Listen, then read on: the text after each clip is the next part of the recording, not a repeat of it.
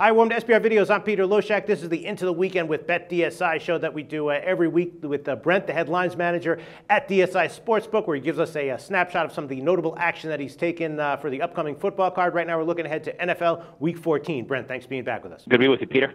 All right, first game of the week that I'm sure everyone's wondering about, the Pats and Chargers. This game I could easily see being one of those games where you're getting just one-way action, where maybe the sharps came in on the Pats -3 and the public later in the week all over the Pats at 3.5, because everyone talks about how dangerous the Pats are off of a loss. Is that the case for this game? It's the case where everyone's betting New England, and I don't see an end to it either. We're sitting there at New England -3.5, a total of 51 right now.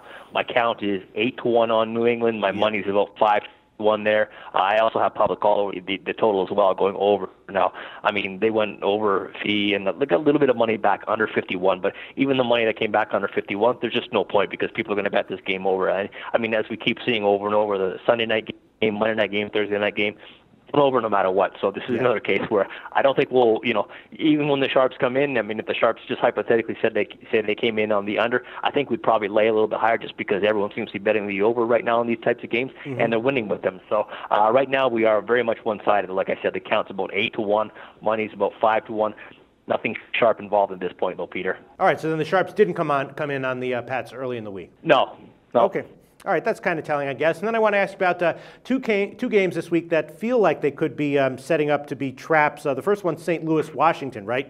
St. Louis has been doing very well against the spread, and Washington, coming off another blowout loss, ATS loss, losing week after week, and they're just a very small home dog. So I'm thinking we could see a sharp public split here. Is that what you have? Yeah, it's interesting. I mean, you might, it could be a spot where you're saying like St. Louis has a favor on the road that just doesn't feel right at some point. St. Louis is 5-7. It's not like they're lighting the world on fire or anything like that. But the fact is, I do have sharp money on this game, and it is with St. Louis. I've got sharp money. Yeah, I got sharp money when it was the 2.5 -20. So sharp came in there. -3, -5. Sharp came in there. Now I did get a little bit back just on the money line with Washington when the line popped up all the way to like +155 on the money line. But that was a case where it was just some value that was just too much. A guy couldn't resist, I guess, with the home team like that getting +155.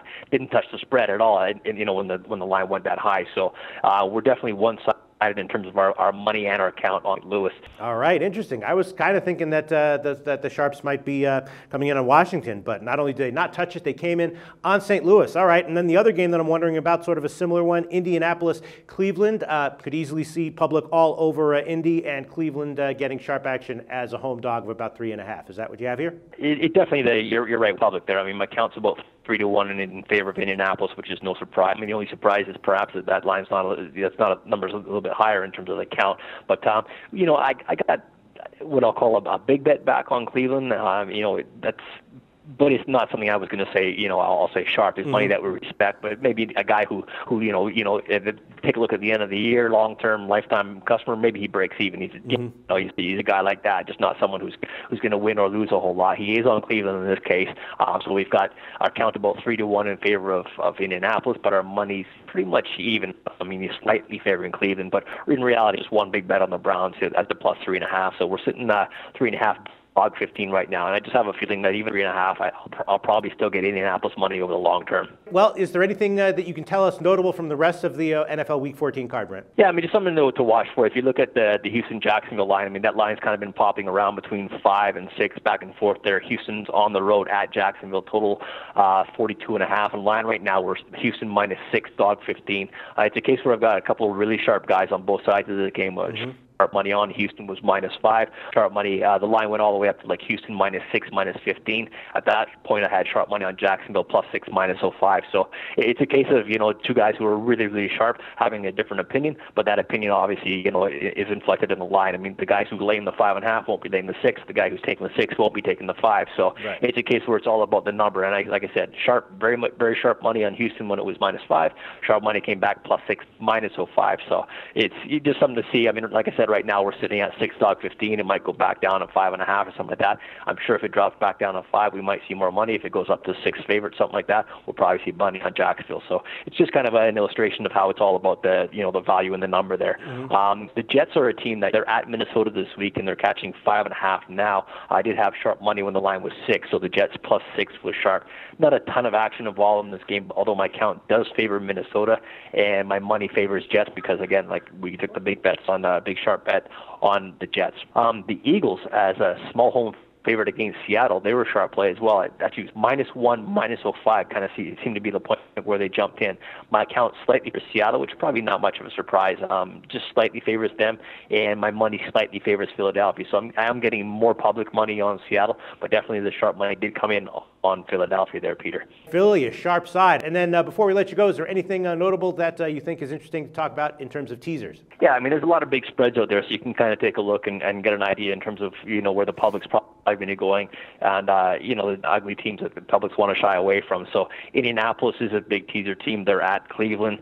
Houston, like I said, at Jacksonville. Jacksonville's just not a team, the public's going to want to get behind, so they're teasing the heck out of Houston. New Orleans, no surprise. They're rather like a 10-point favorite at home to Carolina. Everyone's teasing them down to like around 3, down 3 or below. So I guess that's an appealing look for a home team. New Orleans look real good at home, and Carolina just doesn't look very good at all right now. Detroit's another one, same situation. They're at home to Tampa Bay. Line's 10 again, a 7-point teaser. You're taking them down to 3. Kind of looks good on paper at least, but that's why they call them teasers. Denver, exact same thing. Another 10-point favorite at home to Buffalo. You take them in a teaser, that looks good as well. And throw in San Fran, who's 8-point favorite at Oakland right now.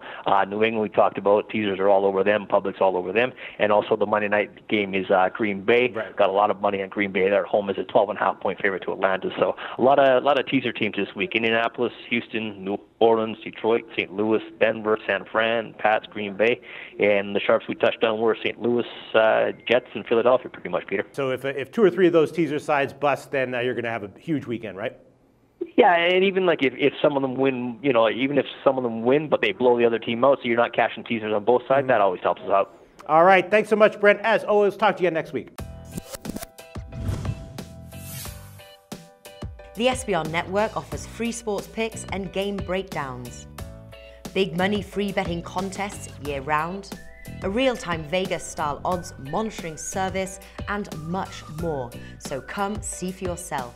To stay updated on SBR news and promotions, follow us on Twitter, Facebook, and Google+, and do be sure to subscribe to the Sportsbook Review YouTube channel to catch all our daily sports shows.